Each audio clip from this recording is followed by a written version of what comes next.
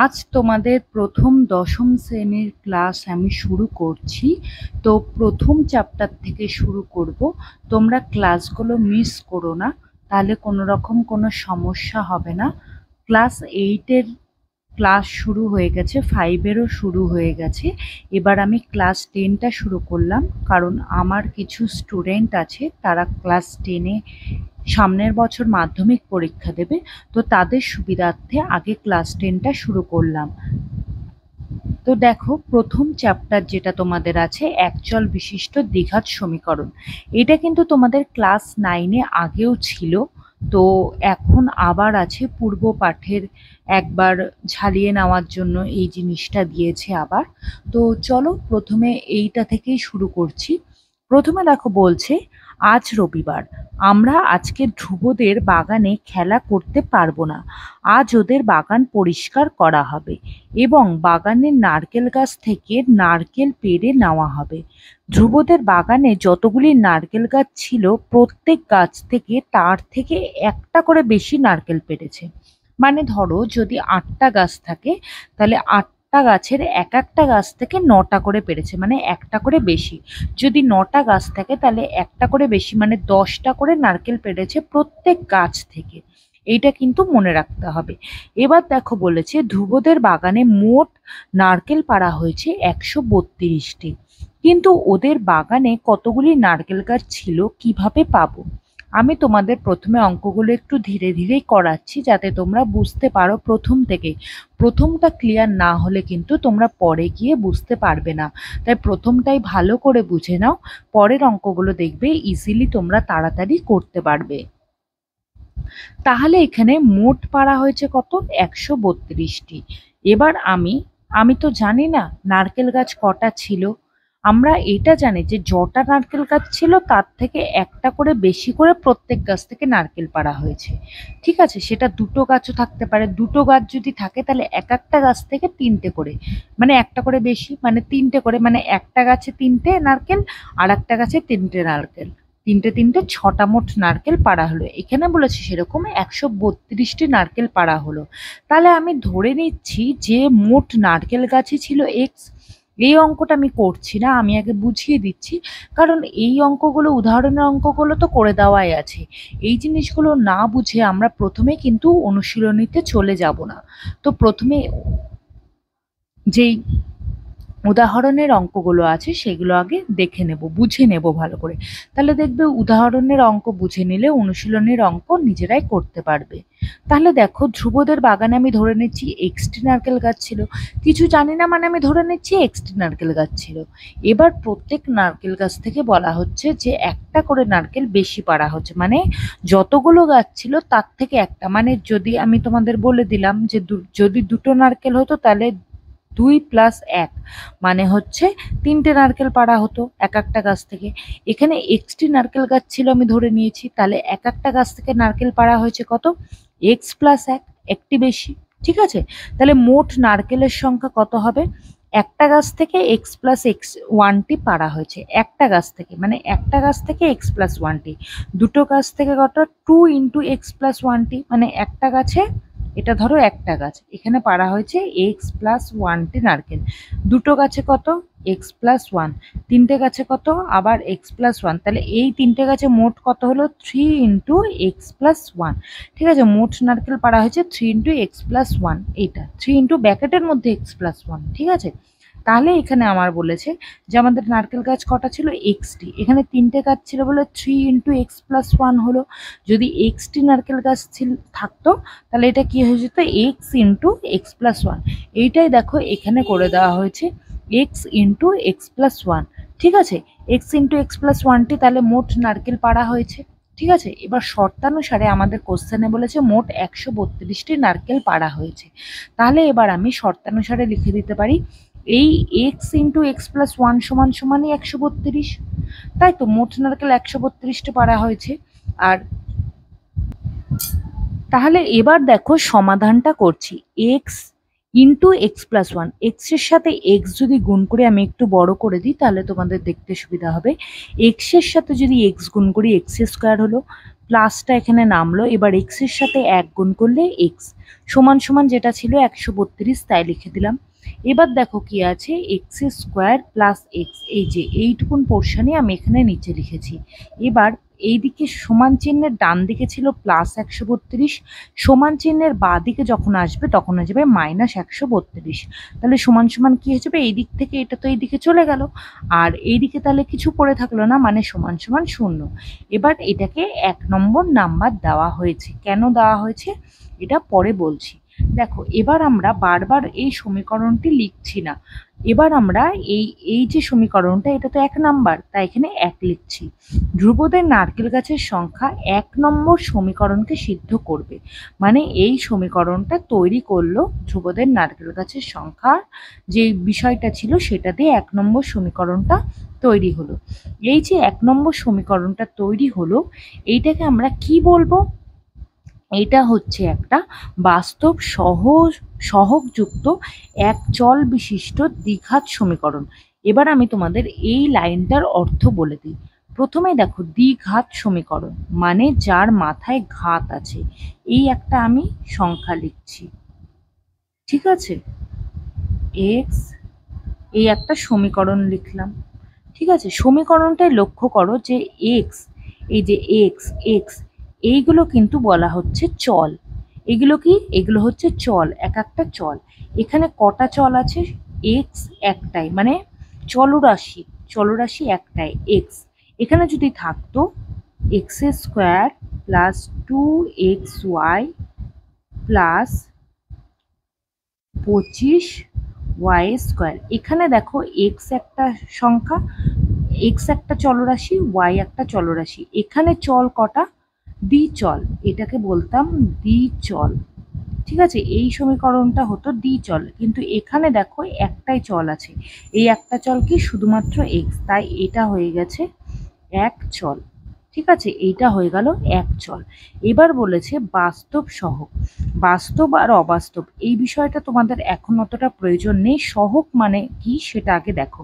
সহগ মানে হচ্ছে এক্স এর আগের সংখ্যা, এই এক্স এর আগের সংখ্যা, চলরাশির আগে যেই সংখ্যাগুলো থাকবে সেগুলোকে আমরা বলবো হচ্ছে সহগ, ঠিক আছে।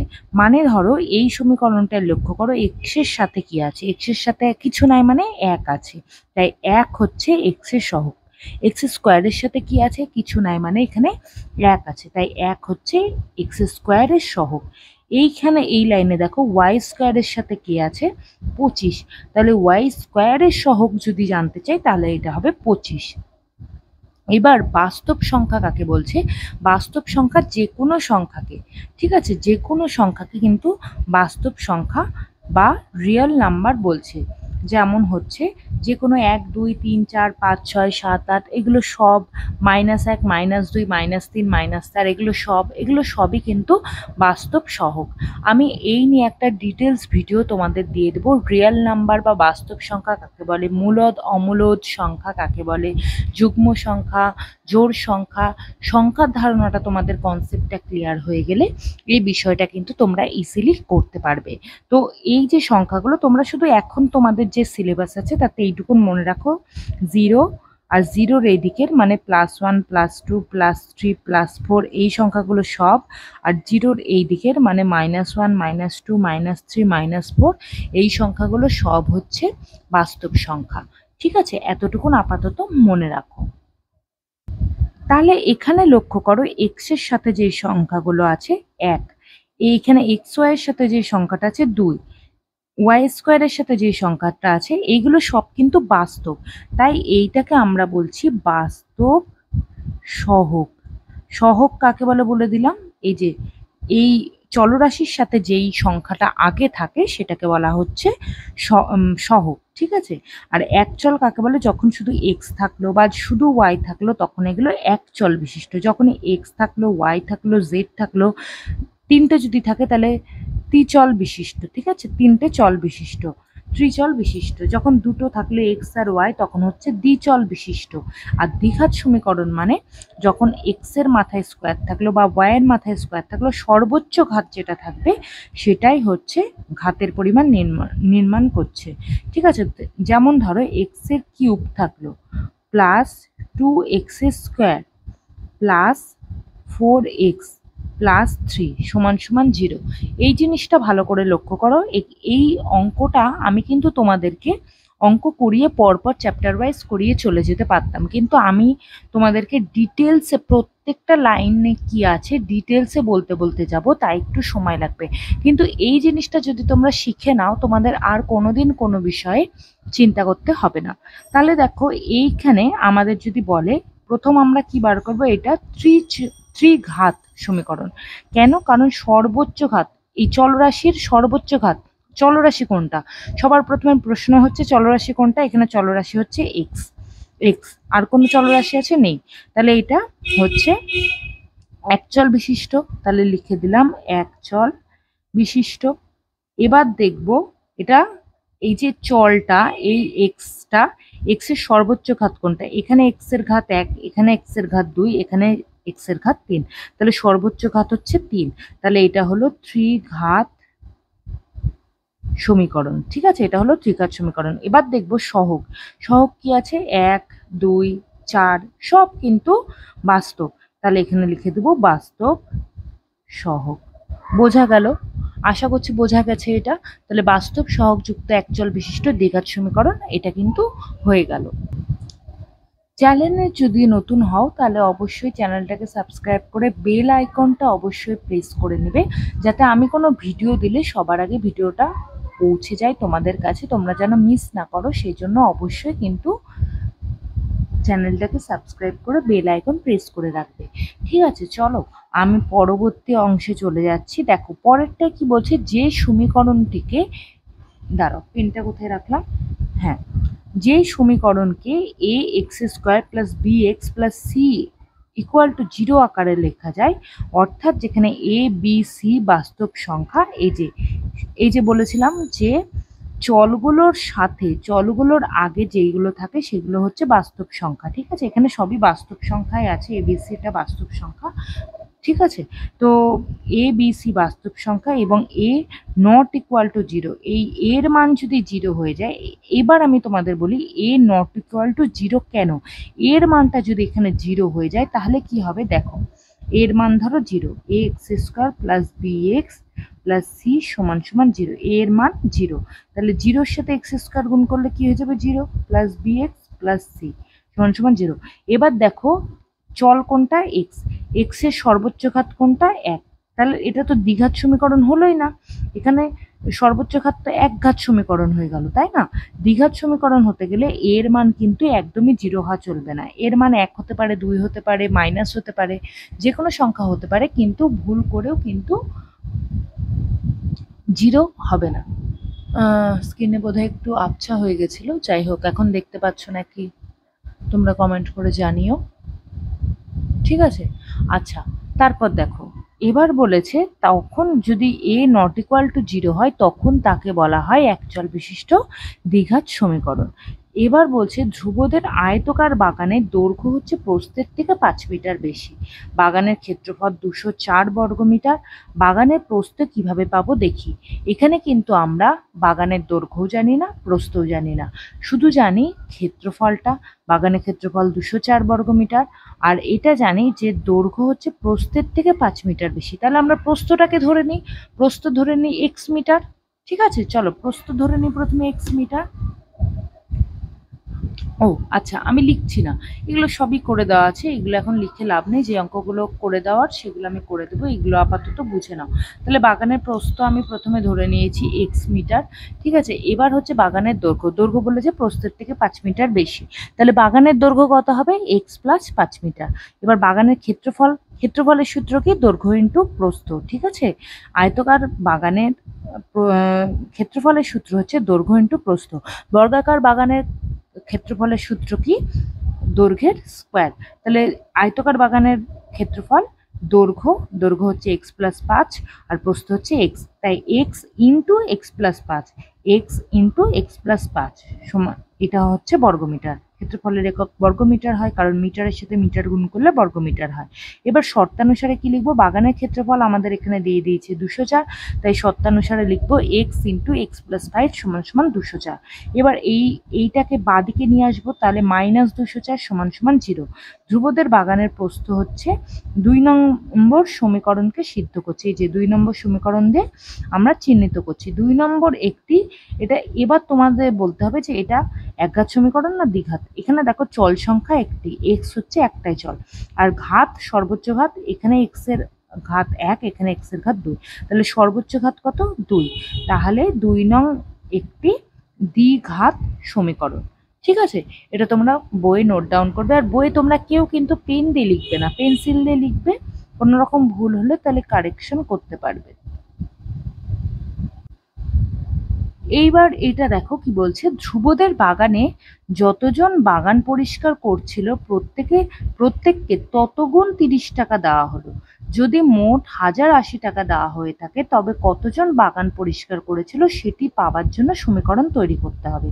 মানে বলছে যে যতজন বাগান পরিষ্কার করেছিল ততগুণ 30 টাকা। ঠিক আছে, মানে ধ্রুবদের বাগানে যদি একজন বাগান পরিষ্কার করে থাকে প্রত্যেকে পাচ্ছে এক্স ইন্টু 30, মানে জনসংখ্যার 30 গুণ। ঠিক আছে, জনসংখ্যার 30 টাকা গুণ বেশি। ঠিক আছে, তাহলে বাগান পরিষ্কার করেছিল এক্স সংখ্যক, তাহলে এক একজন পাচ্ছে এক্স ইন্টু 30, মানে যদি একজন বাগান পরিষ্কার করে তাহলে 30 টাকা, যদি দুজন বাগান পরিষ্কার করে তাহলে 2 ইন্টু 30, মানে 60 টাকা করে এক একজন। ঠিক আছে, যদি 3জন বাগান পরিষ্কার করে তাহলে 3 ইন্টু 30 সমান সমান 90 টাকা করে এক একজন, এরকম করে। ঠিক আছে, এবার মোট দেওয়া হয়েছে কত, বলেছে যে মোট, এবার দেখো বাগান পরিষ্কার করেছে একজন, এক একজন পায় 30x টাকা, তাহলে মোট দেওয়া হয়েছে কত, জনসংখ্যা গুণিত এক একজন পায় কত, তাহলে এইটার সাথে এইটা গুণ করতে হবে, 30x গুণ x সমান সমান 30x স্কোয়ার টাকা। শর্তানুসারে তাহলে লিখতে পারি এইটা সমান সমান এই 1080 টাকা। ঠিক আছে, মোট টাকার পরিমাণ 30x স্কোয়ার সমান সমান 1080 টাকা। তাহলে এখান থেকে আমরা মানটা বের করে নিতে পারবো। দেখো মান আগেরগুলোর ক্ষেত্রে বার করতে পারছিলাম না, এটার ক্ষেত্রে বার করতে পারছি, কারণ এখানে শুধু এক্স স্কোয়ারটাই আছে, প্লাস এক্স বা মাইনাস এক্স করে কোনো সংখ্যা নেই। তাহলে 30x স্কোয়ার সমান 1080। আমরা জানি সমান চিহ্নের এই দিকে আছে, সমান চিহ্নের ওই দিকে গেলে এখানে যেইভাবে আছে তার বিপরীতভাবে যাবে, মানে 30 গুণিত এক্স স্কোয়ার আছে, তাহলে 30 গুণিত আছে, তাহলে এই দিকে আসলে 30 ভাগ হয়ে যাবে। 30 ভাগ হয়ে গেলে কি হবে, এক্স স্কোয়ার সমান সমান 1080 ভাগ 30, তাহলে সমান সমান পেয়ে গেলাম 36। এবার এক্স স্কোয়ার সমান সমান 36, তাহলে এক্স সমান সমান কত হবে, প্লাস মাইনাস কত, প্লাস মাইনাস 6। এক্স এর মান 6 প্লাস 6 হতে পারে, এক্স এর মান মাইনাস 6 হতে পারে, কিন্তু যেহেতু বাগান পরিষ্কার এক্স জন করেছিল, এই এক্স জন নিশ্চয়ই -6 জন হতে পারে না, +6 জনই হবে, তাই 6 জন বাগান পরিষ্কার করেছিল। এটা আমরা সমাধান করে দিতে পারি, কিন্তু এখানে সমাধান করেনি। দেখো এক্স স্কোয়ার, এই যে 36টা আছে এটাকে বাঁ দিকে নিয়ে গেছে, এক্স স্কোয়ার মাইনাস 36 সমান সমান 0, এটাকে 3 নম্বর নাম দিচ্ছে। যতজন ধ্রুবদের বাগান পরিষ্কার করেছিল সেই সংখ্যা 3 নম্বর সমীকরণকে সিদ্ধ করে, এবং 3 নম্বর একটি, এটা দেখো একঘাত না দ্বিঘাত, এখানেও কিন্তু ঘাত সর্বোচ্চ ঘাত 2 এক্স স্কোয়ার, তাহলে এটাও দ্বিঘাত সমীকরণ। আজকের ক্লাস এতদূর পর্যন্ত, পরবর্তী ক্লাস ঠিক আবার পরের দিন 8টা থেকে শুরু হবে। শনি রবিবার কোনো ক্লাস থাকবে না, সোম থেকে শুক্র অবধি ক্লাস থাকবে। তোমরা অবশ্যই ভিডিওটা দেখে তোমাদের প্রবলেম যদি কিছু থাকে আমাকে কমেন্ট করে জানাতে পারো, আমি সলভ করে দেবো।